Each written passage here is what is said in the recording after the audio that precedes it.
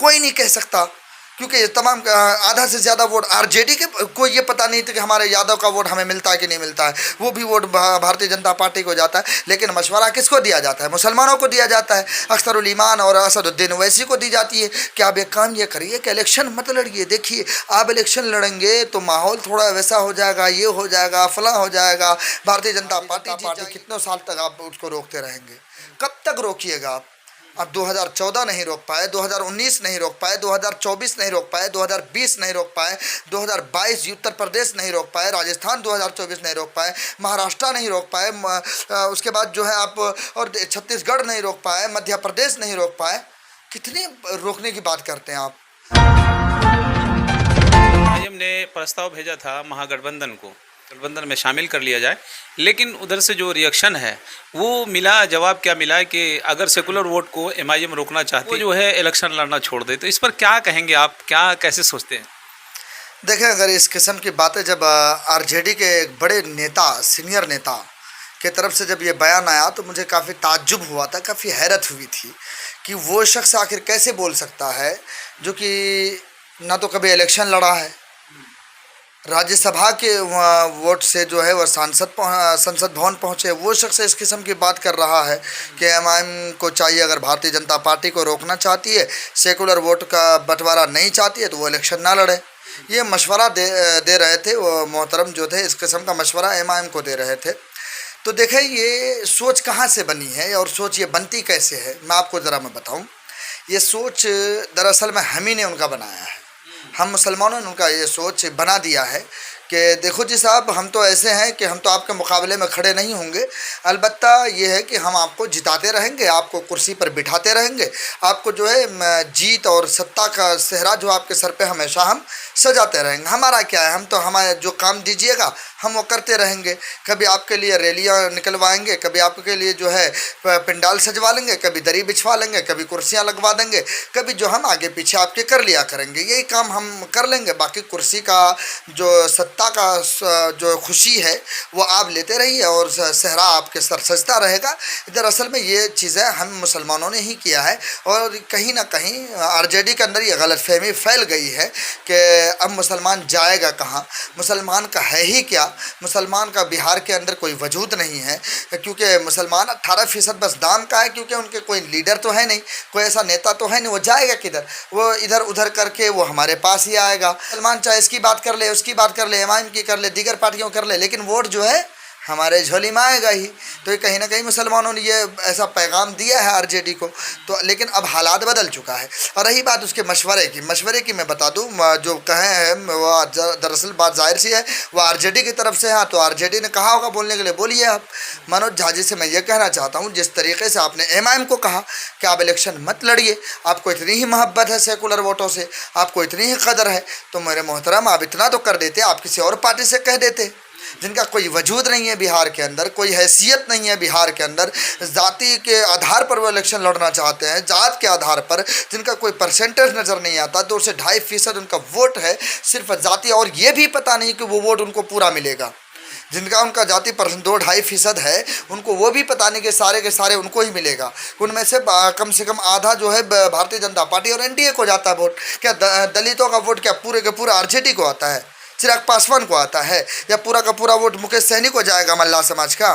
कोई नहीं कह सकता, क्योंकि ये तमाम आधा से ज़्यादा वोट आरजेडी के को ये पता नहीं था कि हमारे यादव का वोट हमें मिलता है कि नहीं मिलता है, वो भी वोट भारतीय जनता पार्टी को जाता है। लेकिन मशवरा किसको दिया जाता है? मुसलमानों को दिया जाता है। अख्तरुल ईमान और असदुद्दीन ओवैसी को दी जाती है कि आप एक काम ये करिए कि इलेक्शन मत लड़िए, देखिए आप इलेक्शन लड़ेंगे तो माहौल थोड़ा वैसा हो जाएगा, ये हो जाएगा, फला हो जाएगा, भारतीय जनता पार्टी जीत जाएगी। भारतीय जनता पार्टी कितने साल तक आप उसको रोकते रहेंगे? कब तक रोकिएगा आप? अब 2014 नहीं रोक पाए, 2019 नहीं रोक पाए, 2024 नहीं रोक पाए, 2020 नहीं रोक पाए, 2022 उत्तर प्रदेश नहीं रोक पाए, राजस्थान 2024 नहीं रोक पाए, महाराष्ट्र नहीं रोक पाए, उसके बाद जो है आप और छत्तीसगढ़ नहीं रोक पाए, मध्य प्रदेश नहीं रोक पाए। कितनी रोकने की बात करते हैं आप? और रही बात, आप अगर ये मशवरा इनको देते हैं तो ये मशवरा ज़रा आप उनको भी दे देते। क्या बोलते हैं उसका, पी के प्रशांत किशोर जी, वो सीधे तौर पे ये कहते हैं हमारी लड़ाई भारतीय जनता पार्टी से है, किसी सेकुलर पार्टियों से नहीं है। जो डायरेक्ट लड़ाई जो है भारतीय जनता पार्टी, उनको मना करके देखिए, अगर हिम्मत है तो आपके अंदर बोलिए कि प्रशांत किशोर जी इलेक्शन ना लड़ें आप। कहिए ना मुकेश सहनी से, जिनका एक सीट नहीं है पूरे बिहार के अंदर। यहाँ तक कि राष्ट्रीय अध्यक्ष मुकेश सहनी जी हैं, उनका पता नहीं वो जीतेंगे कि नहीं जीतेंगे। उनको मशवरा देकर देख लीजिए। चिराग पासवान 243 सीटों पर लड़ने की बात करता है, उनको मशवरा दे दीजिए कि मत लड़िए आप।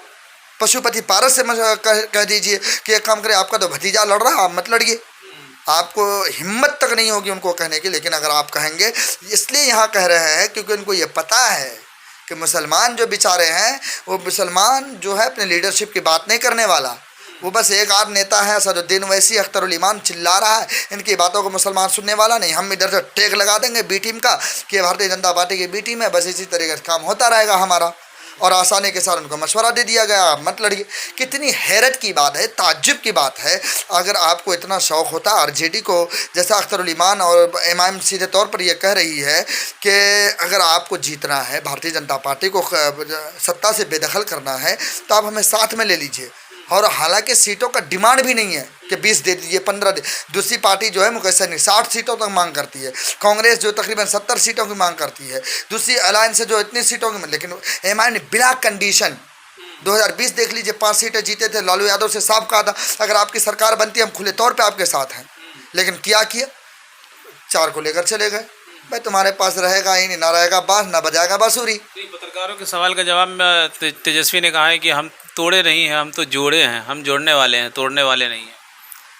इनको जो है मिर्ची जब लगती है जब इनकी पार्टी को तोड़ा जाता है। जब इनके अलायंस से उद्धव ठाकरे की पार्टी को तोड़ दिया गया, वहाँ पे तो वो क्रिमिनल बन जाते हैं, सेकुलर ख़त्म हो जाता है। कर्नाटका के अंदर उनकी पार्टी को तोड़ दिया गया कांग्रेस को, तो भारतीय जनता पार्टी ने मतलब वहाँ तोड़ा था। इसी तरीके से मध्य प्रदेश में तोड़ दिया तो बीजेपी ने तोड़ा है।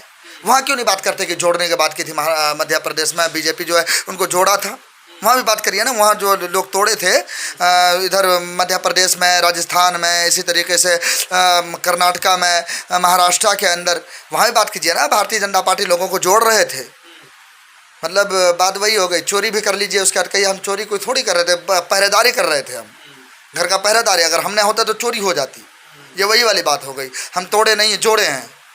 मतलब जैसे कभी एक सवाल के जवाब में उन्होंने, तेजस्वी यादव ने कहा कि हम बिहार और झारखंड में चुनाव नहीं जाते हैं, चुनाव लड़ने। आपको किसने मना किया? आपके अंदर हिम्मत है, ताकत हो, जाके लड़िए। आप लड़िए ना, अपना एजेंडा बताइए लोगों को, लड़िए। किसने मना कर दिया? आप किसी ने तो नहीं रोका। असदुद्दीन ओवैसी ने रोका क्या? या तेलंगाना के सरकार रेवंत रेड्डी ने रोका है? या इससे पहले कि केसीआर चंद्रशेखर राव जो था वो रोका है आपको? या इलेक्शन कमीशन ने आपको रोक दिया है कि आप बिहार और झारखंड से बाहर नहीं जा सकते? भाई भारतीय जनता पार्टी पहले थी क्या? भारतीय जनता पार्टी 1-2 सीटों पे इलेक्शन लड़ती थी, लेकिन आज पूरे देश के अंदर उनकी हुकूमत है नहीं है। जदयू मणिपुर जाके लड़ती है, जदयू जो दीगर दिल्ली के अंदर इलेक्शन लड़ती है, जदयू जो दीगर स्टेट के अंदर लड़ती है। मतलब अगर आप ना जाएं, मतलब वही वाली बात हो गई। आपको बेटा नहीं हो रहा तो मतलब किसी को ना हो, आपके घर में बच्चे ना हो तो किसी के घर में ना हो, आपके घर में सब जाहिल है तो मतलब सबके घर में जाहिल हो, यही वाली बात हो गई ना। आपके अंदर अगर पढ़े लिखे लोग नहीं हैं, आपके घर में नहीं है, तो मतलब दूसरे घर के बच्चा भी ना पढ़े, यही कहना चाहते हैं आप इलेक्शन नहीं लड़ते हैं। भाई आपकी खुशी, आप मत लड़िए ना। दूसरा अगर लड़ रहा तो वो अपनी ताकत के मुताबिक लड़ रहा है, उनकी हिम्मत है, उनकी हैसियत को हिम्मत है, उनकी जुर्रत को सलाम कीजिए कि भाई एक तेलंगाना से लेकर पूरे देश में जा रहे हैं। और किसके लिए लड़ रहे हैं? वो अपने घर के लिए घर बना रहे हैं। वो असदुद्दीन ओवैसी एमआईएम एक ऐसी पार्टी है जो पूरे हिंदुस्तान के अंदर वैसी पार्टी नहीं है। फ्री में एजुकेशन बिना सरकार के, कितने सारे बच्चों को, कई हज़ार बच्चों को फ्री एजुकेशन अकबरुद्दीन ओवैसी के द्वारा जरिए से मिलता है, लेकिन आप उसके ऊपर बात नहीं करते। आप ये रोना रोते हैं हम वहाँ नहीं जाते हैं, हम वहाँ नहीं जाते हैं। आपको मना किसने किया है? आप जाइए ना, शौक़ है आपको तो तेलंगाना ही किया, आप पूरे देश जाइए, कश्मीर से लेकर कन्याकुमारी तक, गुजरात से लेकर आसाम तक इलेक्शन लड़िए, बिला तकल्लुफ़ इलेक्शन लड़िए। किसने मना कर दिया आपको?